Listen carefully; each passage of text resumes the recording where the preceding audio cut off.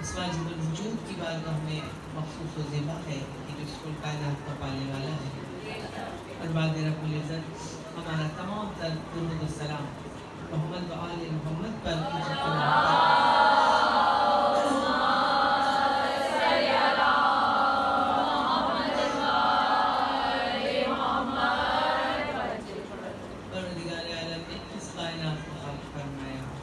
کہ منسوخ ہو کر کے آئے درود کی فضیلت پائی۔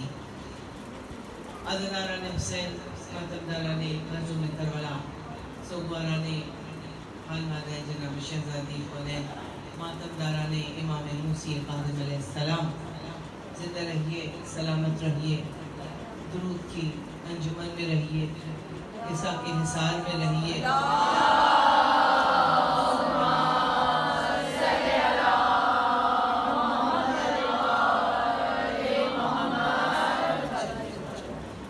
عباس علمدار کے علم کی چھاؤں میں رہیے، اور بی بی کی دعاؤں میں رہیے، اہل بیت کی پناہوں میں رہیے، اور اسی طرح سے ذکر حسین کر کے، ذکر اہل بیت، ذکر محمد و آل محمد کر کے اپنے حسینی ہونے پر، اپنے عزادار ہونے پر مہر تصدیق سب کرتے رہیے۔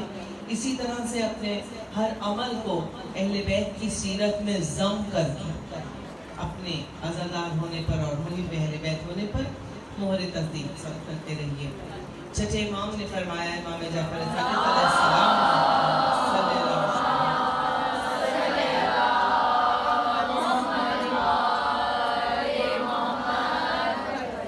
آپ لوگ ماشاءاللہ تشریف لا رہے ہیں، سمیل مائیں بہنیں پہلے ہی سے آگے آگے آ جائیے، آگے بعد میں مجھے کہنا نہ پڑے کہ آگے مجمع کو مسلسل آئے گا۔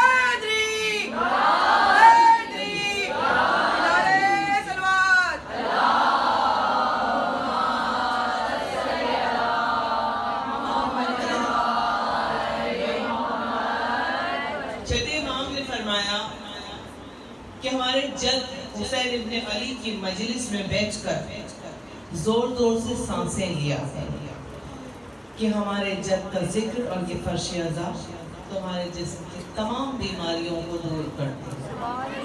پوچھنے والے نے پوچھا کہ مولا وہ کیسے؟ تو مولا نے فرمایا کیا تم نے ہمارے جد کا یہ قول، یہ بات نہیں سنی کہ انہوں نے فرمایا کہ ہمارا ذکر ہی شفا ہے، ذکر اہل بیت، ذکر محمد و آل محمد ہی شفا ہے۔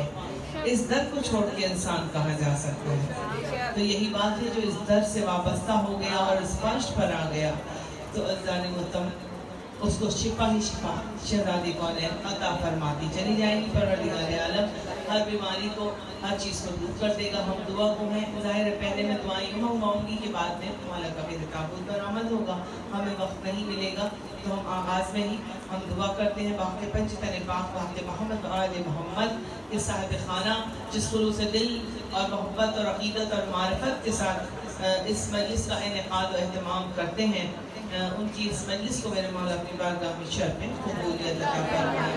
حسن صغیر آبدی جو میرے بابا کی جگہ ہیں، میرے مولا ان کے بچوں کو، ان کی پوری فیملی کو، ان کے خانوادے کو اپنے حفظ و امان میں رکھے، ان کا سایہ ہمارے سروں پہ سلامت رکھے، اور اسی طرح یہ ذکر اہل بیت اور مولا کی مجلسیں اور یہ ماتم اور یہ تابوت اور یہ سب کچھ، یہ نوکری مولا کی اسی میں لگے رہیں اور نسلوں میں یہ ورثہ جو ہے منتقل ہوتا چلا جائے۔ ہم دعا کرتے ہیں، نیلوان جی ہمارے درمیان نہیں ہے، یقیناً ان کی روح ہمارے اس فرش عزا پر آج ضرور آئی ہوگی، ان کے درجات میں مولا اور بلندی اور اضافہ فرمائے۔ ہمارے اور آپ کے جتنے مظلومین دنیا سے سفر کر گئے ہیں سب کے درجات میں بلندی اور اضافہ فرمائے۔ جتنی ہماری دلی اور شرعی حاجات ہیں آج اس تابوت کے صدقے میں، باب الحوائج آقا کے صدقے میں، سب اپنی اپنی مرادوں کو پرسہ پہلے دیجیے گا، پہلے پرسہ دیجیے گا پھر دعا مانگیے گا۔ اس کا گھر اجڑ جاتا ہے نا، اس کو پہلے پرسہ دیا جاتا ہے، اپنے لیے بعد میں مانگا جاتا ہے۔ یہی کربلا میں اصول رکھیے، یقیناً سب جانتے ہیں اس اصول کو، پھر بھی اپنی بچوں کے لیے کہ جب کربلا جاتے ہیں ہم، مولا حسین علیہ السلام کے ذریعے میں ہم داخل ہوتے ہیں ان کے حرم میں، پہلے وقت دعائیں نہیں مانگا کیجیے اپنے لیے، مولا کو پرسا، مولا اپنے بھرے گھر کا پرسا، مولا چلاتا علی اکبر کا پرسا دینے آئے ہیں کربلا، ہم آپ کے غازی کا پرسا دینے آئے ہیں، آپ کے بھرے گھر کا، آپ کے شہزادی علی احسان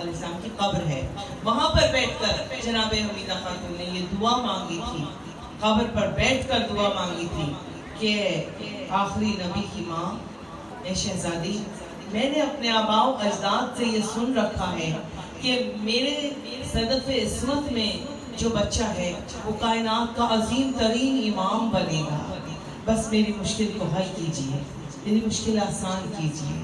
بس عزیزان محترم، بی بی حمیدہ خاتون دعا مانگ کر نبی کی ماں کی قبر کو وسیلہ بنا کر دعا مانگ کر زمانے کو یہ بتانا چاہتی ہیں کہ اس زمانے والوں، تم تو نبی کی قبر کے وسیلے کو نہیں مانتے، مگر میں نبی کی ماں کی قبر کا وسیلہ بنا کر مانگ رہی ہوں، تاکہ پتہ یہ چل جائے کہ نبی کی عظمت کے ساتھ ساتھ زمانے کو بتانا یہ چاہتی ہوں کہ نبی کی عظمت کے ساتھ ساتھ نبی کی ماں کا کیا مقام و مرتبہ اور ان کی شان و عظمت ہے۔ درود بھیجیں۔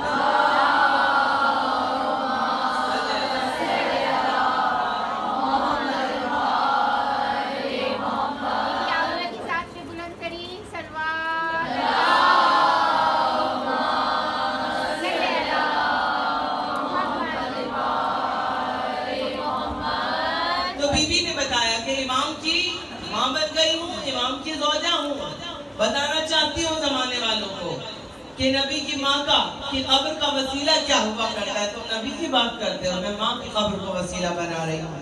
تو عزیزان محترم، جو مائیں نبی آخر کی ماں کی قدر و منزلت کو جانتی ہیں، وہی مائیں تو ہوتی ہیں جو اماموں کی مائیں بنا کرتی ہیں۔ درود بھیج دیں محمد۔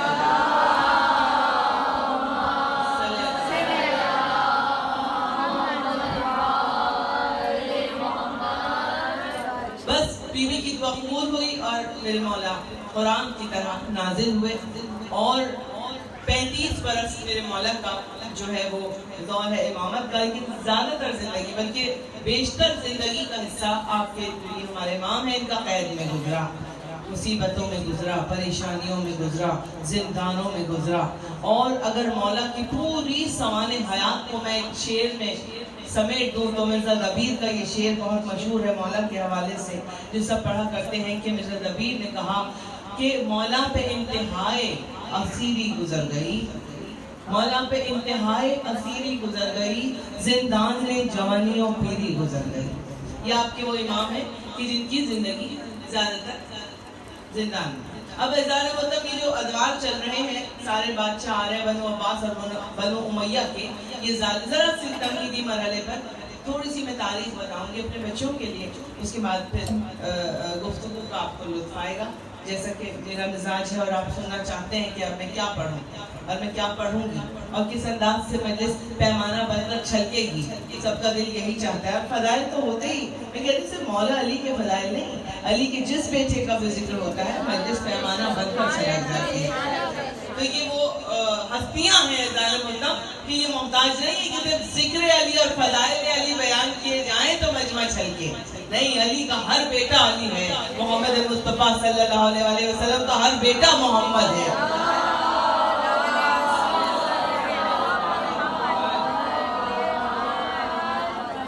اب منصور کا دور تھا، یہ دور گزرا، بغداد تعمیر ہو رہا تھا، بغداد کو بنانے میں اس کی تعمیرات میں لگا ہوا تھا۔ پھر مہدی کا دور آیا، ان کے خلفاء سارے عباسی خلفاء، پھر ہادی کا دور آیا، پھر ہارون رشید کا دور آیا۔ تو جب یہ دور آیا ہارون رشید کا، اس میں ہمارے امام کو قید کر دیا گیا۔ اب ایک سوال کبھی کبھی میرے ذہن میں آتا ہے، جب مولا کی آپ تاریخ پڑھتے ہیں تو آپ سوچا کیا کیجئے، ذہن کو کھولا کیا کیجئے کہ بھائی وجہ کیا تھی کہ یہ سارے بادشاہ ہمارے اماموں سے اتنا خوفزدہ کیوں تھے کہ یہ ہمارے ائمہ کو تاریخ اٹھائیں، بنو عباس اور بنو امیہ کی بادشاہت کی، ملوکیت کی تاریخ اٹھائیں، ائمہ کی تاریخ اٹھائیں۔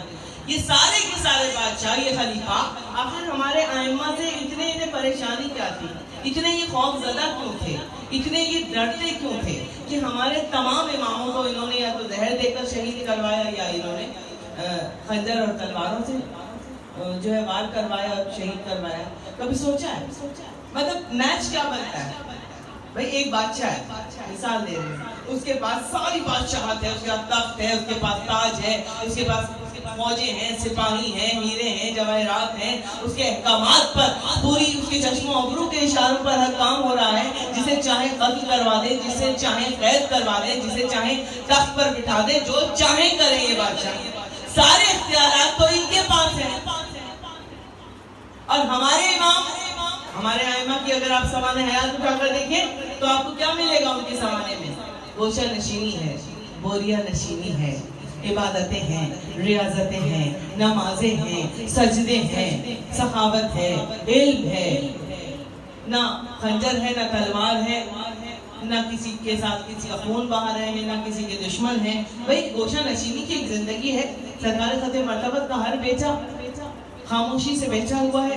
اپنے نانا کے مدینے میں یا مسجد نبوی میں آ کر بیٹھتے ہیں یا اپنے گھر میں بیٹھتے ہیں. خاموش ہے، نہ پولیس ہے، نہ فوج ہے، نہ سپاہی ہے، نہ خنجر ہے، نہ تلواریں ہیں، نہ کسی سے انتقام لینا. تو ایک بادشاہ جو ہے جس کے پاس سب کچھ ہے، اس کو ایک بوریا نشین سے ڈر کیسا؟ خوف زدہ کیوں ہو رہا ہے؟ ایک بادشاہ جس کے پاس ساری پاورز ہیں، وہ ایک بوریا نشین سے خوف زدہ کیوں ہو رہا ہے؟ کبھی اس بات کو سوچا آپ نے؟ ذہن میں لائے، میرے بچے لائے، کبھی آیا یہ خیال سے کہ میں مولا تو کسی کے لیے کوئی پریشانی کا سبب تھے ہی نہیں نا. ہمارے ائمہ چوتھے امام کو دیکھ لیں، 40 برس مولا سے روتے رہے، گوشہ نشینی کی کالا لباس پہنے ماتم کرتے رہتے. مولا نے کسی کا کیا بگاڑا تھا؟ کیوں ان کو زہر دلوایا گیا؟ امام حسن مصطفیٰ صابر امام، ان کی موجودگی میں ان کے بابا پر سب و شتم ہوتا تھا. خاموشی سے سنتے تھے، تانے دے دے کر کلیجہ چھلنی کر دیا تھا مولا حسن کا لوگوں نے اور حکومتوں نے. مگر مولا چپ چاپ صابر امام میرا قریب اہل بیت مولا کیا کہتا تھا کسی کیوں زہر دے کر شہید کروایا؟ کبھی یہ سوال ذہن میں آیا زردارہ نے کیوں میرے مولا ہر امام کو، ہمارے مولا امام علی رضا علیہ السلام کو مدینے سے بلوا لیا مامون نے؟ بھائی تیرے پاس کس چیز کی کمی تھی مامون؟ بادشاہ تو تیری ساری اختیارات تھے، تیرے پاس سب کچھ تھا، تو نے ہمارے امام کو بلوا کے ولی عہدی تو دی، وہ تو ایک اس کی سازش تھی، مگر پھر آخر میں شہید کروا دیا. تو وجوہات سنیے گا، وجہ کیا تھی؟ وجہ یہ تھی کہ ظاہری حکومت تو ان کے پاس تھی اور یہ بادشاہ جانتے تھے کہ جو بوریے پر بیٹھا ہے اس کی حکومت وہ ہے کہ وہ اگر سورج کو اشارہ کر دے تو ڈوبا ہوا سورج واپس سورج پر آتا ہے. جو بوریا نشینی کی زندگی گزار رہا ہے وہ اگر چاند پر اشارہ کر دے چاند 2 ٹکڑے ہو جائے. یہ ولایت کیا ہے؟ بچوں کو نہیں پتہ ولایت. ہم بات کرتے ہیں ولایت علی کی، ولایت ائمہ کی. یہ ولایت حکومت ہے، مگر کون سی حکومت؟ حکومت کہ جو اللہ کے پاس اختیار و اقتدار ہے. اللہ نے اپنی مرضی سے اپنے چنے ہوئے بندوں کو وہ اختیار دے دیا. وہ ولایت اللہ نے عطا کر دی سرکار ختم مرتبت کو بھی، مولا علی کو بھی، اور اعلان کر دیا کہ اللہ تمہارا ولی، اس کا رسول تمہارا ولی، اور وہ ولی جو حالت رکوع میں زکات دے دیا کرتے ہیں. درود پہ درود.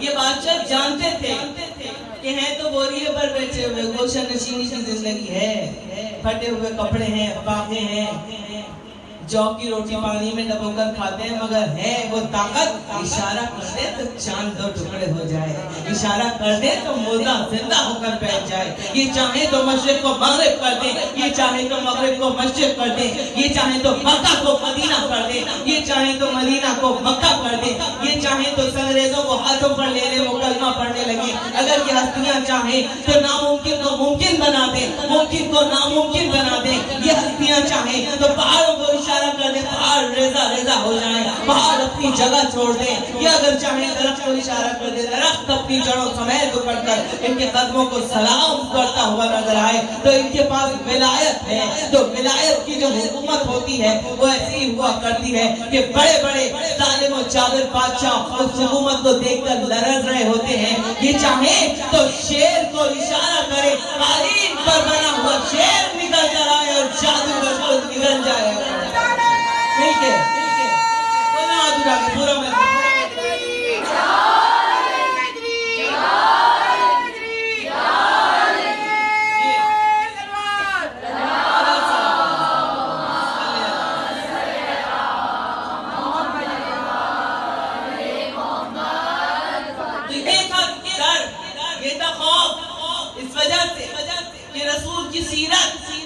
زندانوں میں بند کر دیا جائے، قید کر دیا جائے۔ ہمارے اماموں کی جو شخصیت تھی وہ ایسی تھی، ایک مرتبہ کوئی مل لیتا تھا تو وہ ان کا دیوانہ، ان کا گرویدہ ہو جاتا تھا، مذہب کھنچتا تھا ان کی طرف۔ یہی وجہ ہے کہ جب مامون نے بلا تو لیا امام علیہ رضا علیہ السلام کو، لیکن جب مولا اپنا لباس پہن کے، شاہی لباس زیادہ پہن کے دربار میں آئے اور تلوار کمر میں حمایت کر کے، محمد مصطفیٰ کا بیٹا، دو زلفیں اس کی شانوں پر پڑی ہوئی تھی، عجیب روح و دبدبہ تھا، لمبا قد، اچھلواں آنکھیں، غلافی آنکھیں، مانند کمان ابرو، حسین چہرہ، نورانی چہرہ، خوبصورت شخصیت۔ جب امام علیہ رضا علیہ السلام دربار میں داخل ہوئے تو ایسا لگا کہ پورے دربار میں نور ہی نور پہ پورا دربار کھڑا ہو گیا تھا۔ مولا کا جاؤ جلال دیکھا، اور پھر بادشاہ کی کیا حیثیت رہی تھی؟ بادشاہ کو کوئی دیکھ بھی نہیں رہا تھا پلٹ کے۔ تو یہ حسد تھا، یہ جلن تھی، یہ بات تھی کہ وہ ہمارے ائمہ کے دشمن ہوتے تھے۔ درود بھیجتے، درود بھیجتے۔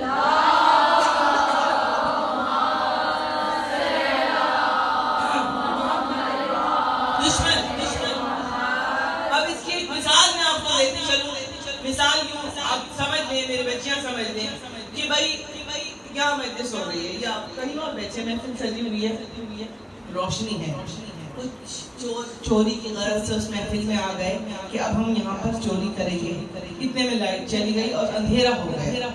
جیسے ہی اندھیرا ہوا تو چوروں کو تو اچھا موقع مل گیا۔ ظاہر ہے جب اندھیرا ہوا انہوں نے اپنا کام شروع کر دیا، کسی کا موبائل اٹھایا، کسی کا پرس اٹھایا، کسی کی کوئی قیمتی چیز اٹھائی، جو جو ان کے ہاتھ آتا گیا وہ سمیٹتے گئے۔ ایسے میں اگر اس اندھیرے میں کسی نے چراغ جلا دیا، ایسے میں اندھیرا ہوا، کسی نے کینڈل جلا دی، شمع روشن کر دی، چراغ روشن کر دیا، تب جو چور ہے وہ پہلا کام کیا کرے گا؟ کیا کرے گا؟ پہلے وہ چراغ بجھائے گا، اس لیے اس کی نظر چہروں پہ تو نہیں جائے گی، پہلا کام وہ کرے گا روشنی کہاں سے آئی ہے، اور جہاں سے روشنی آئی وہ بجھا دو۔ اسی لیے جب چراغ چلے گا تو چوروں کے چہرے پہچانے جائیں گے، منافقت کے نقاب ہٹتے چلے جائیں گے، سارے سیاہ کارنامے سامنے آتے چلے جائیں گے۔ تو بس یہی مثال کو یوں لیجئے کہ ادھر امامت کا چراغ جلا، ادھر چوروں نے چراغ کو بجھایا، ادھر مولا علی کی امامت کا چراغ جلا، ادھر بجھا دیا، مولا حسین کا چراغ جلا، ادھر بجھا دیا، امام حسن کا چراغ جلا، ادھر بجھا دیا گیا۔ اللہ تو چلا آتا گیا کہ ہم چراغ چلاتے جا رہے ہیں تو بجھاتے جا رہے ہو، بس اب 11ویں منزل پر تمہاری باری ختم ہو گئی۔ ہم جلاتے رہے تم بجھاتے جا رہے ہیں، ہم جلا رہے ہیں تم بجھا رہے ہو، ہمارے بھیجے ہوئے کو تم اس طرح سے مار رہے ہو، تو بس ہم سے ٹکراؤ گے۔ 11ویں منزل پر تمہاری باری ختم۔ اب ہم جو چراغ جلائیں گے، 12واں چراغ، وہ فانوس قدرت میں رکھ کر جلائیں گے، فانوس الہی میں رکھ کر جلائیں گے۔ اب جو 12واں چراغ جلے گا اس کو کوئی بجھا نہیں سکے گا۔ زمانہ ڈھونڈنا چاہے تو ڈھونڈتا رہے، ارے نقلی مہدی تو 300 کے قریب آ جائیں گے، مگر اللہ کہہ رہا اصلی تک کوئی نہیں پہنچ جائے گا۔ اور اللہ چاہتا ہے کہ اپنے نور کو تمام کر دے اور فانوس قدرت میں رکھ کے چراغ امامت کو جلا دے، تو اس نے جلا دیا۔ زمانہ چاہے جتنا دشمن ہو جائے، اب یہ چراغ نہیں بجھ سکتا۔ اور میر مونس نے اعزاز مطلب بہت خوبصورت انداز میں امام زمانہ کے لیے شعر کہا، اور یہ شعر بہت خوبصورت ہے، یہ مولا کے حوالے سے کہا گیا۔ کہا کہ فانوس بن کے جس کی حفاظت ہوا کرے، ارے وہ شمع کیا بجھے جسے روشن خدا کرے۔ درود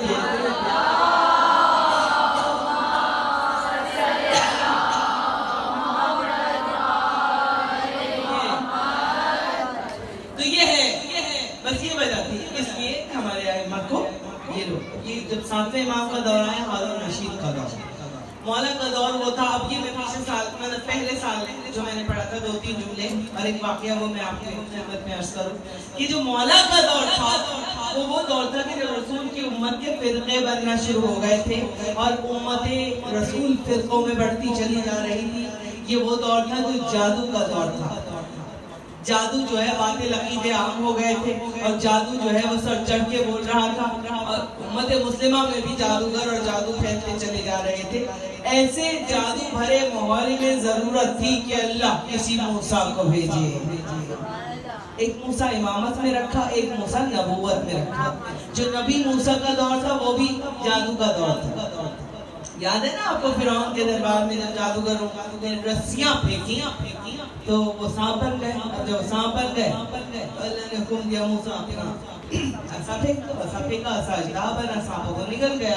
مطلب اس وقت بھی جناب موسیٰ کا جو دور تھا، نبی موسیٰ کا جادو کا دور تھا، تو وہاں پر جناب موسیٰ علیہ السلام کو بھیجا۔ یہاں پر بھی جادو کا دور تھا، جادو سر چڑھ کے بول رہا تھا۔ یہاں بھی فرق کیا ہے دونوں نبی میں اور امام میں؟ کہ وہاں غیظ و غضب تھا، جو نبی موسیٰ تھے بڑے جلال والے نبی تھے، غیظ و غضب والے نبی تھے، اور یہاں پر غضب نہیں تھا، والکاظمین الغیظ، یہاں پر غصے کو پی جانے والے، غصے کو ضبط کرنے والے۔ امت فرقوں میں بڑھتی چلی جائے مگر امام کو غصہ نہیں آئے گا۔ اعزاز محترم فرق صرف یہ تھا۔ اب میرے مولا کا جو دور ہے، اب اللہ نے چاہا کہ زمانے کو میں یہ بتا دوں کہ جو میرا بھیجا ہوا ہے اس کی شان کیا ہے، اس کے رعب و دبدبہ کیا ہے۔ تو ہوا کیا؟ اس نے بہت سارے جادوگر بلوائے، ہارون نے مصر سے بلوائے، ہندوستان سے بلوائے، کہا جادو دکھاؤ ذرا۔ اب سب اپنے کرتب دکھا رہے ہیں، اپنے جادو دکھا رہے ہیں بادشاہ کے سامنے۔ بادشاہ بہت لطف اندوز ہو رہا ہے۔ ایک جادوگر نے تاش کے پتوں کی گڈی کو ہاتھ پہ رکھا اور پھونک ماری، اور وہ ہاتھ سے اڑنا شروع ہو گیا۔ بادشاہ کو دیا، کہا تم بھی دیکھو، میں پھونک ماروں گا یہ ہاتھوں سے اڑ جائیں گے۔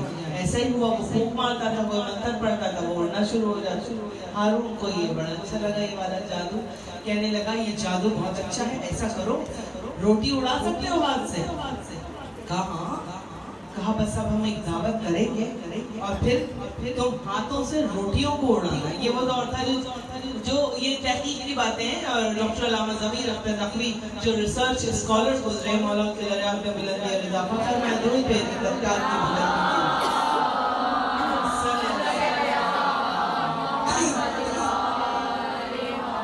تو یہ تحقیق انہوں نے جو کہتے ہیں کہ موٹی روٹی تنور پر نان پکائے جاتے تھے، لیکن ہارون کے دور تک چپاتیوں کا زمانہ آ چکا تھا، باریک ہاتھ کی جلی ہوئی جو چپاتی ہوتی ہے۔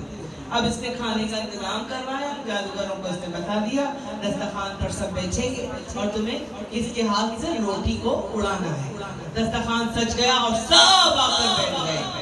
اب بادشاہ بیٹھا ہوا ہے، بادشاہت بیٹھی ہوئی ہے، اور وہ امامت کی معاذاللہ ثم معاذاللہ تذلیل کرنا چاہتی ہے، مگر جو اللہ کے چنے ہوئے ہوتے ہیں انہیں کوئی نیچا نہیں دکھا سکتا۔ جسے اللہ عزتیں عطا کرے تو پھر ان کو کوئی ذلت نہیں دے سکتا۔ یہ سارے بادشاہ خود ہی ذلتوں کے جو ہے سمندروں میں غرق ہو کے مر گئے، مگر جسے اللہ عزت دینا چاہتا ہے وہ بہت بلند ہوتا ہے۔ بھائی اشارے سے میری بیٹی کہہ رہی ہے کہ یوں کر رہی ہے، اب میں آپ کو یوں کروں گی، آگے تشریف لے آئیے، اس لیے پیچھے پورا مجمع ہو رہا ہے تاکہ پیچھے تشریف لازمہ ہو جائے۔ بآواز بلند درود بھیجیے، تھوڑا بیٹھا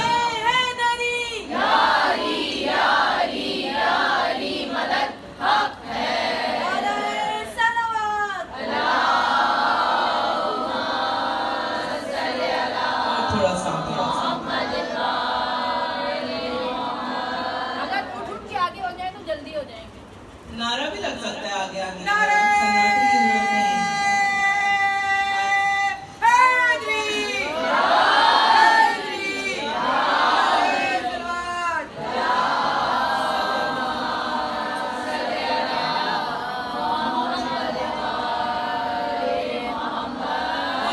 سلامت رکھیے عالم رکھنے والوں کو۔ اب دسترخوان سج گیا، کھانے کے لیے سب بیٹھ گئے۔ ہارون بہت خوش تھا کہ اب معاذاللہ ثم معاذاللہ مولا روٹی اٹھائیں گے اور جادوگر روٹی کو اڑا دے گا اور پھر سب قہقہے لگائیں گے۔ عزیزان محترم، مگر یہ بھی علامہ ضمیر صاحب کی تحقیق ہے، اور انہوں نے کہا یہ بات کہ ہم نے بچپن سے یہ سن رکھا ہے کہ امام نے روٹی اٹھائی اور جادوگر نے روٹی کو اڑا دیا، ان کے ہاتھ سے روٹی نکل کے اڑنا شروع ہو گئی۔ بچپن سے یہی سنا ہے، مگر اب یہی ہم کہتے ہیں اپنے ذہن کو کھولیں انسان اور تحقیق کریں اور اس کے نتیجے تک پہنچے تو بہت ساری گراہیں کھولنا شروع ہو جاتی ہیں۔ پھر انہوں نے یہ فرمایا کہ امام کا ارادہ اللہ کا ارادہ ہوتا ہے، امام ولی امر ہوتا ہے، ولی الامر ہوتا ہے۔ یہی وجہ ہے کہ امام نے فرمایا تھا نحنو امر اللہ، نحنو مشیت اللہ، نحنو ارادت اللہ، ہم اللہ کا امر ہے، ہم اللہ کی مشیت ہے، ہم اللہ کا ارادہ ہے ہم تو جو امام کا ارادہ وہ اللہ کا ارادہ، جو اللہ کا ارادہ وہ امام کا ارادہ۔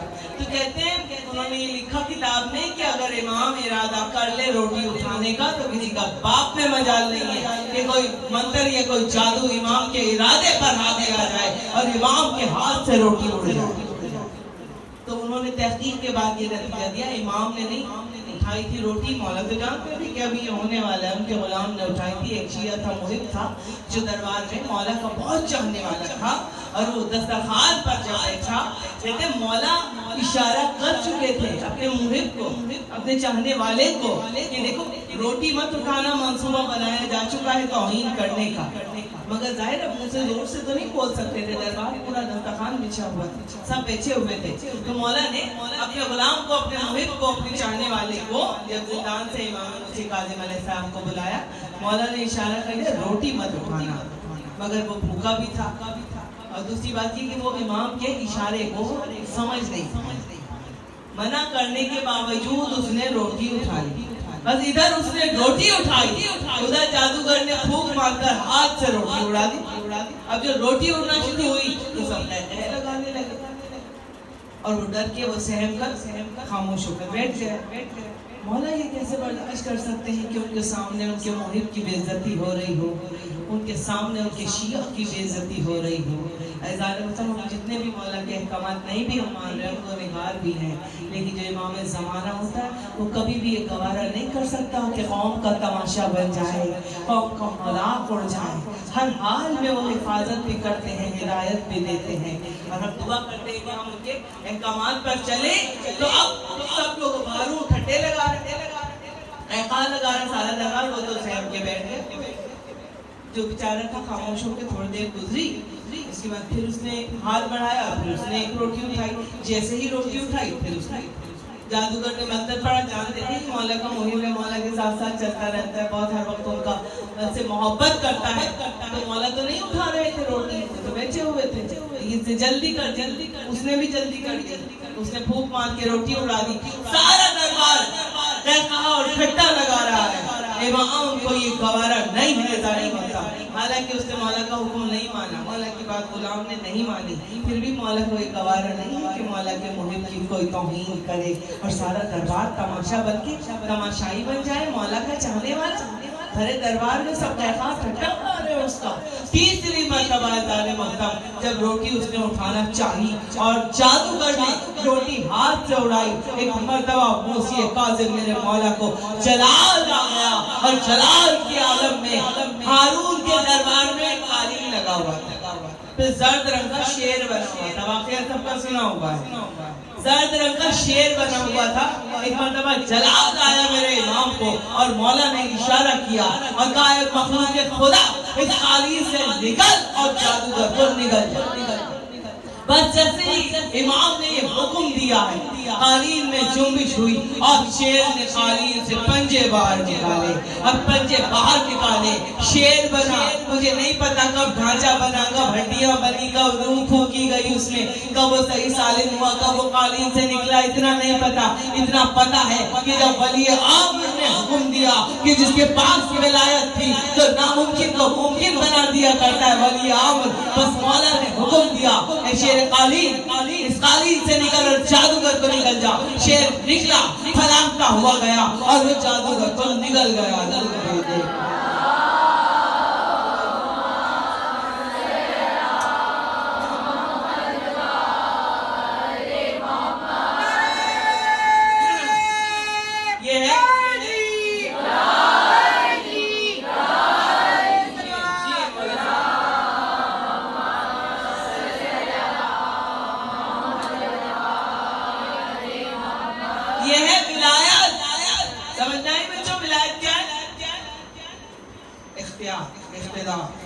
وہ اختیار جو کائنات کے ذرے ذرے پر کے تصرف رکھتے ہیں، وہ اشارہ کر دے تو کائنات یوں۔ یہی وجہ امام حسین علیہ السلام کے لیے شاعر نے کہا تھا، جب روزے عاشورہ چاروں طرف سے تیر آ رہے تھے، تبر آ رہے تھے، پر اکیلے رہ گئے تھے، شاعر نے کہا تھا تنہا کھڑا ہے سینکڑوں تیغوں کے درمیان، حالانکہ لفظ کن پہ سے اختیار ہے۔ ابھی لفظ خون کہہ کے چاہے پوری کربلا کو پلٹ کر رکھ دے میرے مولا، مگر یہ وہ ہستیاں جو اللہ رضا میں راضی. بس ادھر مولا نے حکم دیا، ادھر شیر قالین میں سے نکلا، جادوگر کو نگل گیا. میں کہوں گی شیر کی پتہ کیسے چلا کہ کون سا والا جادوگر ہے، وہاں تو بہت سارے بیٹھے ہوئے تھے. اور پھر دوسری بات کہ شیر کی فطرت میں نگلنا تو ہوتا ہی نہیں ہے، وہ تو اپنے شکار کو چیر پھاڑ کے کھاتا ہے. ہر جانور کی فطرت ہوتی ہے. اژدہا جو ہے وہ نگلا کرتا ہے، اژدہا نگل لیتا ہے. شیر کی فطرت یہ ہے کہ شیر اپنے شکار کو چیر پھاڑ کر کھاتا ہے. مگر اگر میں سوال پوچھوں ہے شیر، تیری فطرت میں تو نگلنا نہیں ہے، تو چیر پھاڑ کر اپنے شکار کو کھاتا ہے، تو کیسے نکل گیا؟ تو یقیناً اس کا جواب بھی یہی آئے گا، چونکہ ولی امر نے مجھے حکم دیا تھا کہ قالین سے نکل اور جادوگر کو نکل جا، تو میں نے ولی امر کے حکم کی تعمیل کرتے ہوئے اپنی فطرت کو بدلا اور میں جادوگر کو نکل بھیج دے گا. یہ اختیار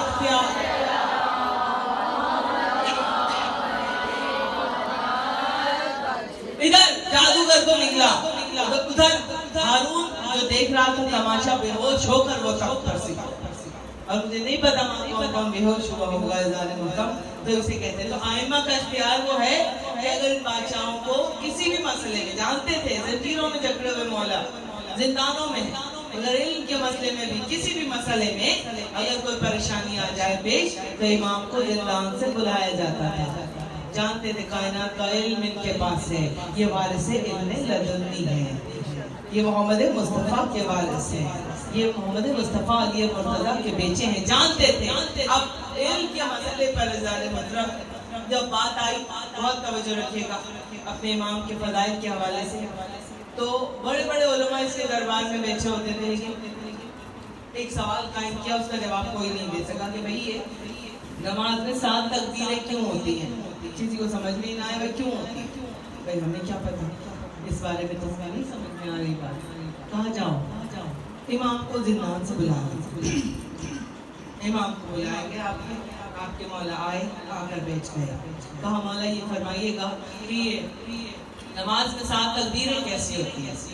مولا نے فرمایا کب سے نماز پڑھ رہا ہے، یہ بھی نہیں جانتا کہ نماز میں معرفت نہیں رکھتا، پتہ نہیں ہے، علم نہیں ہے تجھے کہ 7 تکبیریں نماز میں کیوں ہوتی ہیں، کیوں ہیں، کس وجہ سے ہیں؟ کہا نہیں میں نہیں جانتا. نہیں سارے جانتے ہیں، آپ جانتے ہیں. آپ بتائیے، آپ میرے علم میں اضافہ فرمائیے. مطلب جانتے سب سے یہ کہ ان کے پاس کون کون سے اختیارات ہیں، کیا کیا علم ہے. یہ وجہ ہے عزیزان مسلم کے خوف زدہ رہتے تھے یہ لوگ. اب مولا نے فرمانا شروع کیا، بہت توجہ فرمایا مولا نے، جب میرے جد رسول خدا خدانا سول، وہ ملائک کل، وہ ختم الرسول، وہ یاسین، وہ طہا، وہ مزمل، وہ مدثر، وہ قدیر، وہ بشیر، وہ حسن اول، وہ عشق اول، خلق اول، وہ عدد اول، وہ تعبیر اول، وہ تنویر اول، وہ تصویر اول، وہ تقدیر اول، وہ گنتی کے پہلے عدد، وہ کائنات کے شہنشاہ رحمت للعالمین نبی جب معراج پر گئے. بہت توجہ. مولا پر جب میرے جد معراج پر گئے، پہلے آسمان پر پہنچے، دوسرے پر پہنچے، تیسرے پر پہنچے، 7ویں تک پہنچے. ہر آسمان پر میرے جد نے ایک ایک تکبیر کہی، اور جب 7 آسمان عبور کر لیے تو 7 تکبیریں ہو چکی. 7 آسمان جب عبور کیے تو 7 تکبیریں مکمل ہو چکی تھی. اب جب 7ویں آسمان پر میرے جد پہنچے ہیں تو ربوبیت اور جلالت کے پردے ہٹنا شروع ہوئے نگاہوں سے. اب جب پردے ہٹنا شروع ہوئے ظالم محترم، تو ایک مرتبہ کہتے ہیں مولا جب پہلا پردہ ہٹا میرے جد کی نگاہوں کے سامنے سے اس کی ربوبیت کا، اس کے جلال کا، تو میرے جد ربو کے عالم میں چلے گئے اور بے اختیار میرے جد کے لبوں سے نکلا سبحان ربی العظیم و بحمدہ.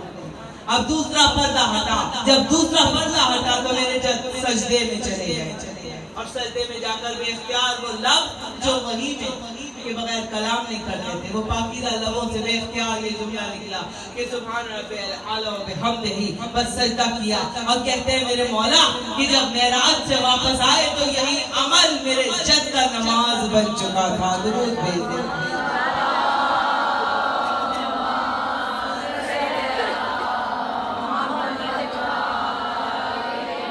یہی عمل نماز بن چکا تھا تھا میرے جد کا. یہی وجہ ہے نماز جو ہے معراج کا تحفہ ہے. جبھی کہتے ہیں نماز مومن کی معراج ہے. اچھا نماز تو مومن کی معراج ہے. نماز کی معراج کیا ہے؟ سجدہ. وضو نہیں سجدہ. نماز کی معراج ہے سجدہ. اچھا سجدے کی معراج کیا ہے؟ سجدے کی بھی تو ایک معراج ہے. سجدے کی یہاں پہ اب آپ اپنے پورے اپنے دل دماغ کی ساری جو آپ کی صلاحیتیں ہیں اور جتنے آپ زمین ہیں آپ چاہیں آپ بلندیوں پر جائیں تو آپ کو پتہ چلے گا نماز مومن کی معراج. نماز کی معراج سجدہ. سجدے کی معراج حسین ابن علی کا وہ سجدہ جو حسین ابن علی نے عصر عاشور کربلا کی زمین مکہ کی زمین پر کیا تھا. تمام سجدوں کی معراج میرے مولا حسین کا وہ سجدہ آخر کہ جس سے میرے حسین نے کبھی سر نہیں اٹھایا. یہ سجدوں کی معراج بن گیا. یہی وجہ تھی کہ جناب سید مرشد نقوی نے کہا تھا کہ بکھر رہے تھے یہ سجدے سنور گئے سجدے. میرے حسین سے پہلے میرے حسین کے بعد یہ دین مر بھی چکا تھا نہ مر سکے گا یہ دین میرے حسین سے پہلے میرے حسین کے بعد. درود بھیجتے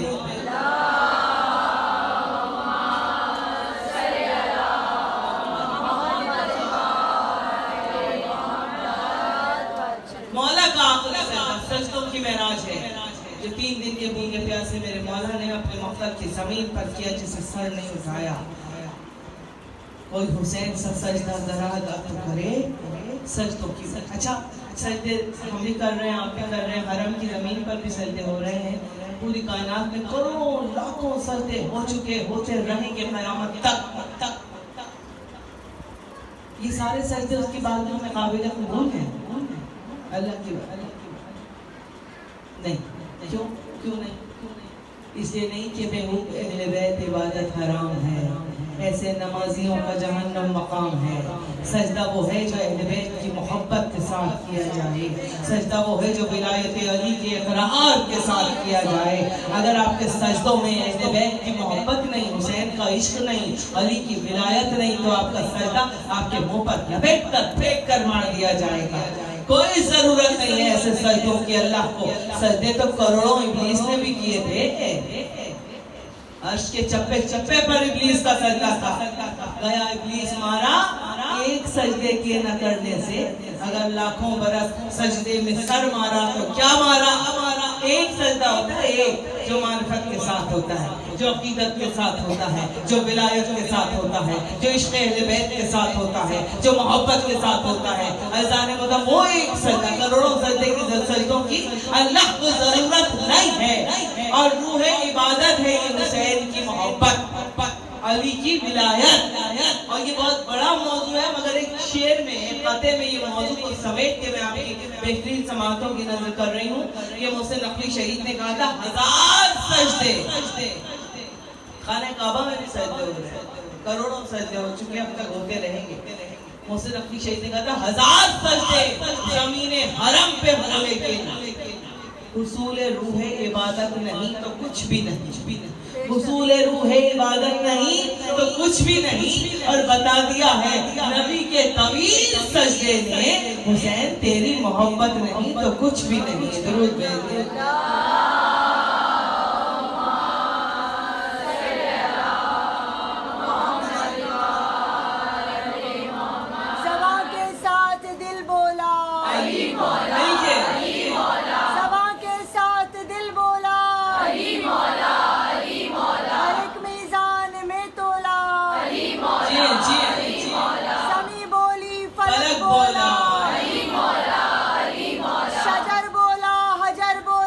علی مولا علی مولا مل کے دونوں علی کا ابھی نعرہ لگواؤں گے اپنے بابا کی معراج کو سنائے کہ نہیں.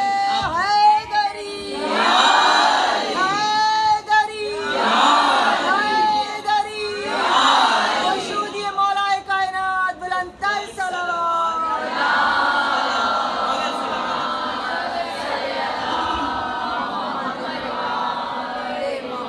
مولا السلام علیکم. عربی میں مائک سے لگواؤں گی. علی کی بادشاہی ہے. مولا آپ کو سلامت رکھے. آپ نے یاد دلا دیا. لیکن میں معراج کی بات کر رہی تھی تو میرے بابا علامہ صاحب جب معراج پڑھا کرتے تھے اس کی تفسیر میں نہیں جا رہی، وہ ایک الگ انداز ہے اور ان کے جملے ہیں، لیکن ان کا ایک جو خاص انداز ہوتا تھا اور بڑا مسکرا کر میرے بابا اس شعر پر اس کو اختتام کیا کرتے تھے. وہ بس جملے میں آپ کی بہترین سماعتوں کی کر رہی ہوں کہ اب معراج پر جب سرکار فضل مرتبہ تشریف لے گئے، جب معراج پر سرکار تشریف لے گئے، اب جب وہاں سے واپس آئے تو بابا کہا کرتے تھے اب سارے دیوانے پروانے میخانے شم رسالت کے پروانے چاروں طرف بیٹھے ہوئے تھے، بیچ میں رسول شم رسالت جل رہی تھی، چاروں طرف سارے اصحاب بیٹھے ہوئے تو بے قرار تھے. یا رسول اللہ کیا ہوا، بتائیے معراج کیسی رہی، آپ نے معراج پہ کیا کیا دیکھا، کیا کیا دیکھا. حضور کوثر دیکھی، حضور کوثر کیسی ہے، حضور سلسبیل دیکھی، سلسبیل کیسی ہے، حضور شجر طوبہ دیکھا، حضور ملائکہ دیکھے. ایک نے کہا حضور حوریں دیکھی بہت خوبصورت ہوتی ہیں، حوریں دیکھی، ملائکہ دیکھا، شجر طوبہ دیکھا، فرشتے دیکھے، آسمان کی وسعتیں دیکھی، آسمان کی بلندیاں دیکھی، سارے آسمان دیکھے، خواب و قوسین وادنا کی منزلیں دیکھی، سب کچھ دیکھا. کیا کیا دیکھا سرکار کچھ تو بتائیے، کچھ تو فرمائیے. ہم بے قرار ہیں، ہم بے چین ہیں. ایک مرتبہ میرے نبی نے سب کی باتیں سن لی، جب سب نے سب کچھ کہہ دیا، سب نے سب کچھ کہہ دیا تو میرے نبی گویا ہوئے اور کہا کہ سنو میں نے کچھ بھی نہیں دیکھا سوائے اس کے کہ علی علی کی صدا تھی، جہاں جہاں پہنچا علی علی نظر آیا، جدھر جدھر دیکھا.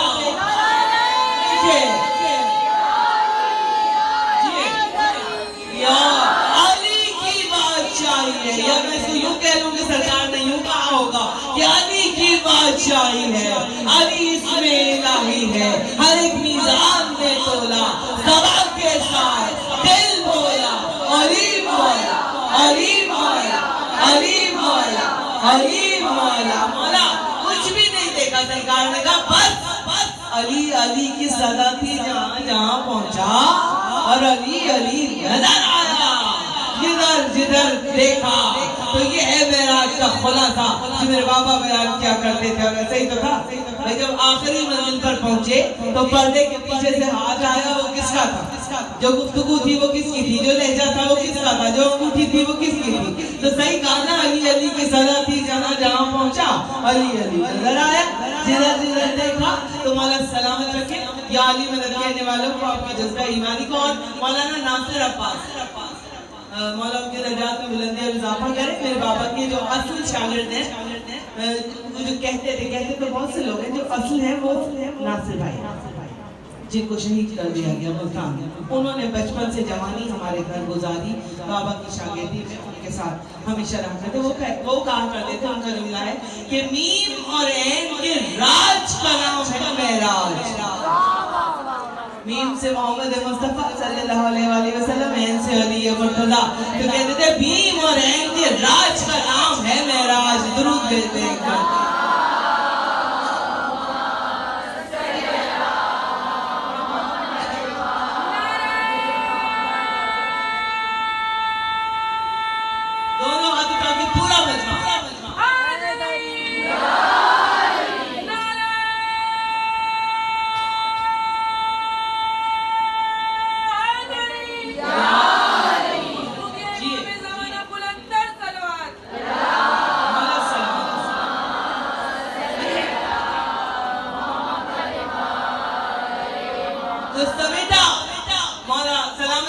علی مدد کہنے والوں کے میں نے اپنے مضمون کو سمیٹا. بس مختصر یہ کہ ان کے فضائل کی کوئی حد نہیں ہے. پوری رات پڑھتے رہے، آپ سنتے رہے کہ ایسا مجمع بیٹھا ہو تو دل چاہتا ہے گھڑی نہ دیکھے انسان، بس پڑھتا رہے. نہ دیکھوں پڑھتی رہوں. اچھا چلیے، یہ بھی بہت آپ کی محبتوں کی بات ہے. یہی تو محبت ہے، یہی تو عقیدت ہے. بیوی کو تحفے میں ہم عزادار ملے، کوئی موضوع نہیں ہے. مطلب میرے ماں باپ ایک ساتھ اس دنیا سے گئے اور میں شاید کتنے سالوں تک روتی رہی، میرے آنسو نہیں سوکھے. لیکن ایک وقت آیا کہ آنسو سوکھ گئے. اب سوچو تو یاد آتا ہے، سوچو تو آنسو آتے ہیں، ہر وقت نہیں. کیسا معجزہ ہے، مولا حسین کا نام آتا ہے، دیکھا ہوا بھی نہیں ہے کسی نے، ہماری نسلوں نے بھی نہیں دیکھا. ہمارے ائمہ کو، ہمارے اپنے ماموں کو، بیوی کو، مولا کو. کیسی محبت ہے یہ کہ ادھر نام آتا ہے ادھر آنکھوں سے آنسو. تو مولا فرماتے ہیں کہ جب وہ مومن کو بناتا ہے اللہ حسین کی چاہنے والوں کو تو کربلا کی خاک ملا دیتا ہے. ہمارے خون میں خاک شفا حسین کا خون مل گیا. یہی وجہ ہے جب نام حسین آتا ہے تو ہماری آنکھوں سے اشک رواں ہو جاتے ہیں. ہمیں سوچنا نہیں پڑتا کہ روئیں کہ نہ روئیں. ہم کربلا میں قدم رکھتے ہیں, ہماری آنکھوں سے فراق بہنے لگتی ہے. دیکھا ہوا بھی نہیں ہے, صرف نام سے نام سن کے یہ محبت اللہ نے ہمارے دلوں میں ڈال دی. عزیزان محترم, مذاہب کی اہمیت اپنی جگہ. آج ایسے ہی کرنا ہے آپ کو کہ جس بیٹے کا تابوت اٹھے گا نا بیوی بیوی اکیلی ماتم کر رہی تھی جیسے بغداد پر اپنا غریب الوطن بیچے گا. ہاں حضرت حسین بڑا قیامت تو دیکھیں یہ کہ میرے مولا امام موسی قاضی وہ مولا وہ امام حضرت امام کہ جنہیں آپ غریب الوطن بھی کہہ لیں, جنہیں باب الحوائج بھی کہہ لیں, جنہیں آپ اسیر بغداد بھی کہہ لیں. میرے مولا کی ساری عمر قید بند میں گزر گئی. اور پتہ ہے قید خانہ کیسا تھا؟ روایات میں ہے کہ ایسا تھا کہ مولا سیدھے ہو کر بیٹھ بھی نہیں سکتے تھے, رکوع پہ آ کر. بعض روایات میں لکھا زندان بدلتے رہتے تھے امام کے, کبھی ایک زندان میں کبھی دوسرے زندان میں. تو ایک زندان کا جو میں حال پڑھ رہی تھی وہ یہ تھا زنارہ امام کہ ایک کمرہ تھا, کمرے کے اندر کنواں کھدوایا گیا تھا. اس کنویں کی دیواروں پر برچھی نما سلاخیں لگائی گئی تھی نوکیلی, اور اس کے اندر میرے امام کو رکھا گیا تھا کہ امام زمانہ فرماتے ہیں تیرے سلام ہو ہمارے جد پر کہ جو کروٹ بھی نہیں لے سکتے تھے, برچیاں چپکی سیدھے ہو کر بیٹھ بھی نہیں سکتے تھے. میرے مولا عزادارہ نے امام, یہ وہ میرا مظلوم امام ہے, بس پرسہ ایسا دینا ہے, مجھے کہنے کی ضرورت نہیں ہے, نہ مجھے مسائل پڑھنے کی ضرورت ہے. عزادارہ نے امام صرف نام لینے پہ آپ ماتم کر لیجیے. جب آپ کے امام کو قید کر کے لے جایا جانے لگا نظاروں تو عالم یہ تھا کہ جب بازار میں لائے میرے مولا کو تو میرے مولا نے سپاہیوں سے کہا کہ تھوڑی دیر کے لیے مجھے چھوڑ دو, میری بیٹیاں ہیں 19 بیٹیاں, جس مولت کے 18 بیٹے, میں اپنی بیٹیوں سے ایک دفعہ اور ملنا چاہتا ہوں, بس انہیں سینے سے لگا لوں, ابھی آتا ہوں واپس. تو وہ سپاہی کہنے لگے کہ مسلمانوں میں سے اس بازار میں جو کوئی آپ کی ضمانت لے گا جب آپ کو ہم چھوڑیں گے, کوئی ہے جو امام کی ضمانت لے لے؟ سب نے منہ پھیر لیا. عزاداروں اس طرح سے اجر رسالت ادا کیا, سب کلمہ پڑھنے والوں نے منہ پھیر لیا, کسی نے ضمانت نہیں لی. کہتے ہیں روایت میں یہودی کھڑا تھا, اس کی آنکھوں سے اشک رواں تھے, اس نے سپاہیوں سے کہا میں ضمانت لیتا ہوں, اسے چھوڑ دو, میں ضمانت لیتا ہوں, میرا پورا گھرانہ ضمانت لیتا ہے, اسے چھوڑ دو, یہ آ جائے گا مجھے. سپاہیوں نے کہا یہ تو یہودی ہے, تو کیسے ضمانت لیتا ہے؟ کہا میں جانتا ہوں یہ اتنا شریف انسان ہے, میرا گھر اس کے گھر سے ملا ہوا ہے, ایک ہی دیوار ہے, میں اس کا پڑوسی ہوں, مگر مجھے آج تک پتہ نہیں چل سکا کہ اس کے بیٹیاں بھی ہیں. گھر سے کبھی کسی مستور کی میں نے آواز نہیں سنی, کبھی کسی کی آواز نہیں آئی. ہاں عزادارہ نے امام میرے مولا بیٹیوں کے پاس آئے, سینے سے لگایا, پیار کیا, سالوں گزر گئے, بابا قید میں ہے. جب عید آتی ہے بیٹیاں سین میں آ کے بولتی اماں اس سال عید میں بابا آ جائیں گے کیا, یا کوئی عید ہماری زندگی میں ایسی بھی آئے گی کہ ہم اپنے بابا کے سینے سے لگ کے عید منائیں گے. میرے مولا رضا اپنے بابا کا پرسہ لی. عزادارہ نے امام ہارون مرحوم کے کہنے پر ایسا قاتل زہر تیار کروایا گیا تھا. اس نے کہا تھا ایسا زہر بنانا کہ مولا کے جسم پر زہر کا کوئی اثر نمایاں نظر نہ آئے, تاکہ دیکھنے والے جب یہ دیکھیں اور سارے حکیم اور طبیب دیکھیں تو وہی کہیں کہ یہ قیدی اپنی طبعی موت مرا ہے, اسے زہر نہیں دیا گیا. ہاں عزاداروں کھجور کے اندر آپ کے مولا کو زہر ملا کر دیا گیا. 3 دن تک میرے مولا تڑپتے رہے، اور جب آخری ساعتیں قریب آئیں عزیزانو تو غلام نے دربان نے پیغام بھجوایا ہارون کو کہ قیدی کی حالت بہت خراب ہے، وہ تڑپ رہا ہے، آخری سانسیں ہیں۔ ایک مرتبہ عزیزانو یہ مامون سارے طبیبوں کو، سارے حکیموں کو لے کر زندان میں آیا اور سب کو کہنے لگا کہ دیکھو زہر نہیں دیا گیا، مشعل کی روشنی میں مولا کا چہرہ دیکھ رہے ہیں، جسم دیکھ رہے ہیں، عزیزانو کوئی نشان نہیں چہرے پر، پورے جسم پر۔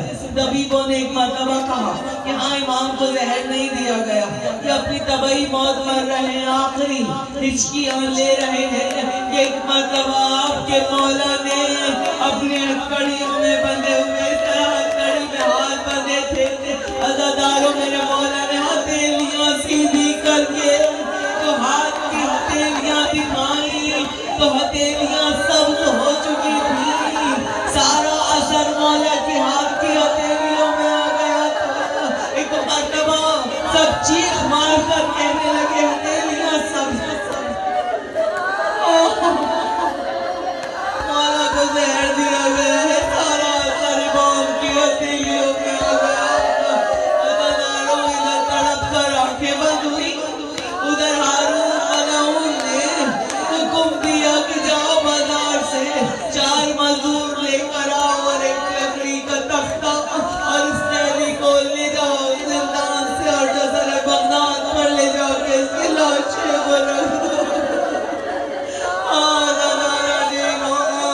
وہ مولا کہ جس کے 18 بیٹے غریب الوطنی کے عالم میں اس امام کا جنازہ لے کر چلے، مزدور آئے ذرا آپ کے مولا کا لاشا اس تختے پر رکھا اور جو لے کر چلے ہیں نا ذرا، تو پورے بازار میں سب جگہ اعلان کرا دیا تھا مولا کا کوئی چاہنے والا باہر نہیں آ سکتا، سارے چاہنے والے گھروں میں تڑپ تڑپ کر رو رہے تھے، بغیر جھروکوں سے دیکھ سکتے تھے، باہر نہیں آ سکتے تھے، حکم دے دیا تھا۔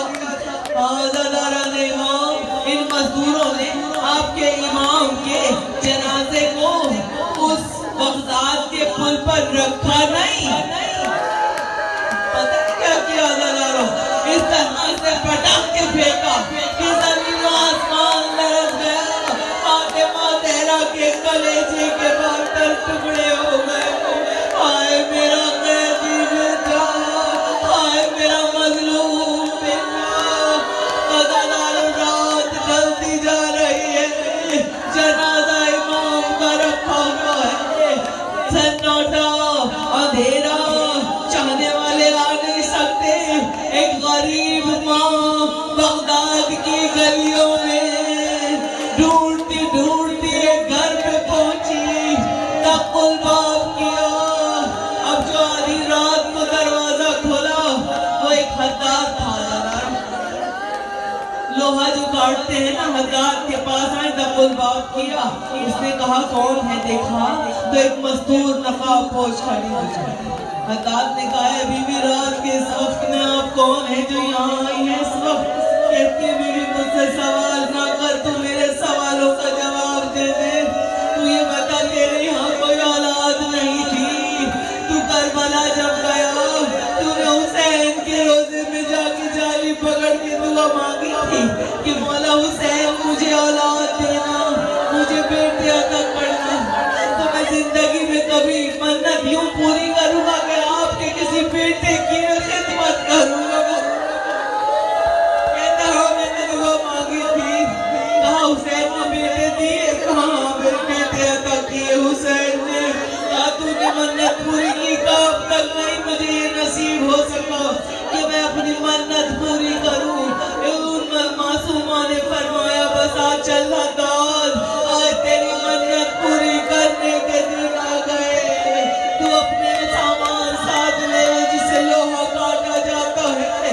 عزیزانو بی بی آگے آگے چلی، حداد پیچھے پیچھے چلا، حسین کی ماں فاطمہ زہرا جزر بغداد پہ پہنچی، ایک مرتبہ حداد نے دیکھا ارے ایک جنازہ، میری بیوی نے کہا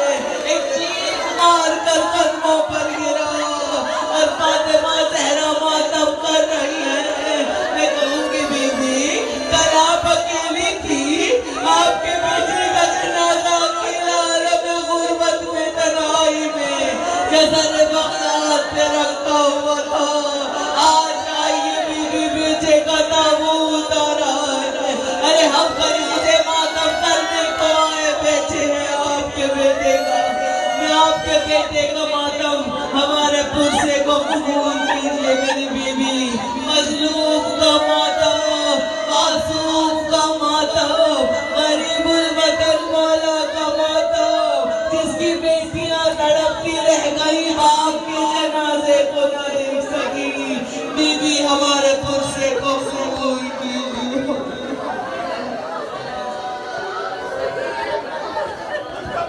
سیدی مولا، سیدی مولا، سیدی مولا، سیدی مولا، سیدی مولا، سیدی ماتم کرے سب، سیدی مولا، سیدی مولا، سیدی مولا،